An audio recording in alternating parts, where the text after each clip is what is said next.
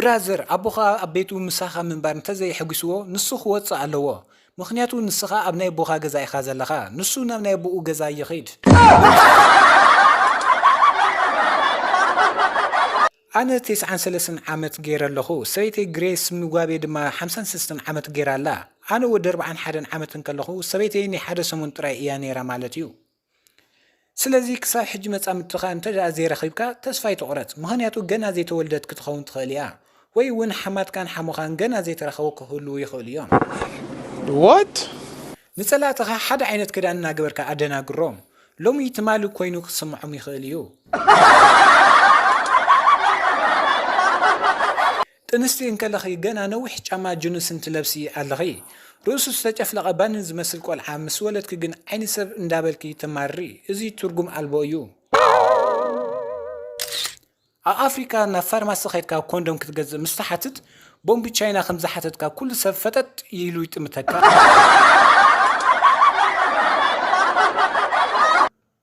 ናይ ቀደም ደቂ ኣንስትዮ ጥዑም ጨና ዝጨኑ ወዲ እየን ዝፈትዋ ነይረን ናይ ሎሚ ግና ጨና ነዳዲ እየን ዝፈትዋ መኪና እንተዘይብልካ ኣኺልካ ሓፍተይ ሓፂር ክዳውንቲ ምልባስኪ ፀገም ኣይኮነን ብዓይኒ ሓቂ ኣዝዩ ሰሓቢ እዩ እቲ ፀገም ዝመፅእ ኣወዳት ክትርኢ ከለኽ ንታሕቲ እንዳሰሓብኪ ክትነውሕ ክተገድድያ ከለኺ እዩ ሓሙሽተ ደቂቕ ድሕሪ ምውላድካ ስምካ ሃይማኖትካ ዜግነትካ ይውስኑልካ ዝተረፈ ዕድሜኻ ብምሉኡ ድማ ንዘይመረፅካዮ ክትከላኸል ትነብር እዚስ ዓሻ የብለካ እንዶ ኩሎም ወዳት ሓደ እዮም ኢልካ ክትዛረቢ ፀገም ዘለዋ ኣይኮነን ንኩሎም ከም ዝፈተንክዮም ግን መን ሓቲትኪ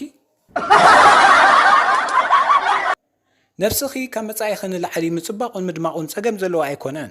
እቲ ፀገም ገጽኪ ጻዕዳ ኣእዳውኪ ብጫ ከናፍርኪ ቸንኮሌት ኣጋርኪ ጸሊም ስለ ዝኸውን እዩ ወላስ ዜብራ ክትመስሊ ይኽእል ብራዘረይ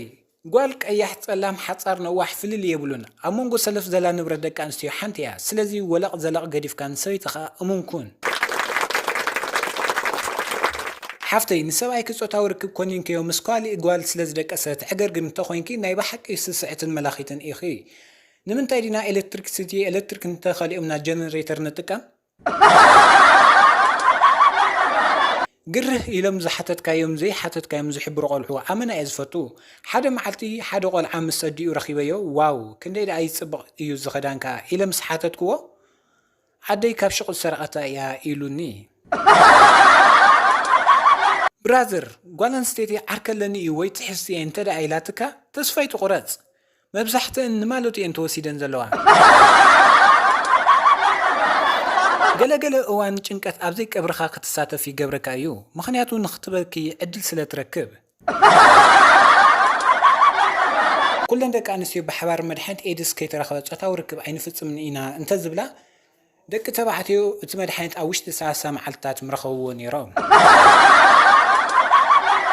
ንዓርክኽ ምፍቃር ፀገም ዘለዋ ኣይኮነን እቲ ፀገም ንሱ ገና ምስ ኣዲኡ ከየላለየኪ ስእልኹም ኣብ ኢንተርኔት ለጢፍኪ ንኹሉ ሰብ ምሕባር እዩ ድሓር ምስ ተፈላለኹም ኣወዳትስ ጠላማት እዮም ኢልኪ እንተለጠፍኪ መን ይድንግፀልካ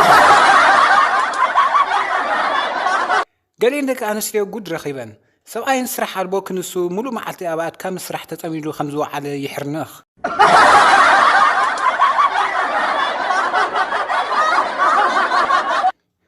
ገሊኦም ኣወዳት ኣዝዮም እዮም ዘስሕቑኒ ንኣፍቀርቶም ንስኽኮ ብራቕ ፀሓይ ህይወተይ ኢኺ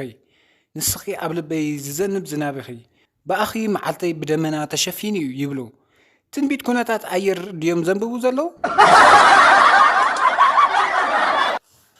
ኣፍሪካ ገናይ ማዕበለቲ ዘላ ምክንያቱ ነብሶም ተሓፂቦም ሽጦኦም ዘይለቁ ሰባት ስለ ዘለውና ኣብ ገለገለ ትካላት ደቂ ኣንስትዮ ብብቕዓት ዝተመክሮ ስራሕ ዘይኮነስ ብመልክዕን ቅርፅን ኣካላትን እየን ስራሕ ዝቁፀራ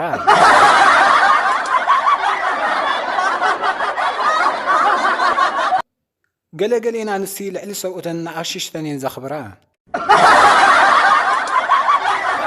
ደቂ ዓበይቲ ትፈልጡ ዲኹም ባንክታት ብሞባይል ገንዘብ ምምሕላፍ ምስ ጀመራ ደቂ ኣንስትዮ ጌጋ ቁፅሪ ምሃብ ከም ዝገደፍኦ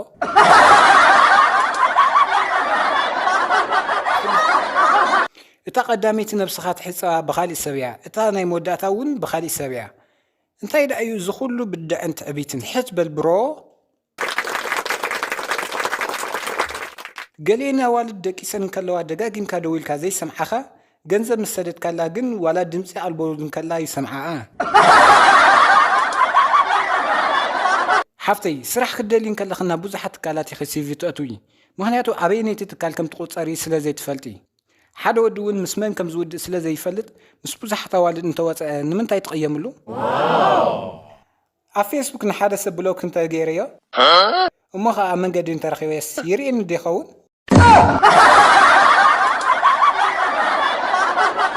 ኣፍቃሪትካ ንገዛኻ ክትበፅሐካ ኢላ መፅያ እንተ ደኣ ዘይተሳኢላ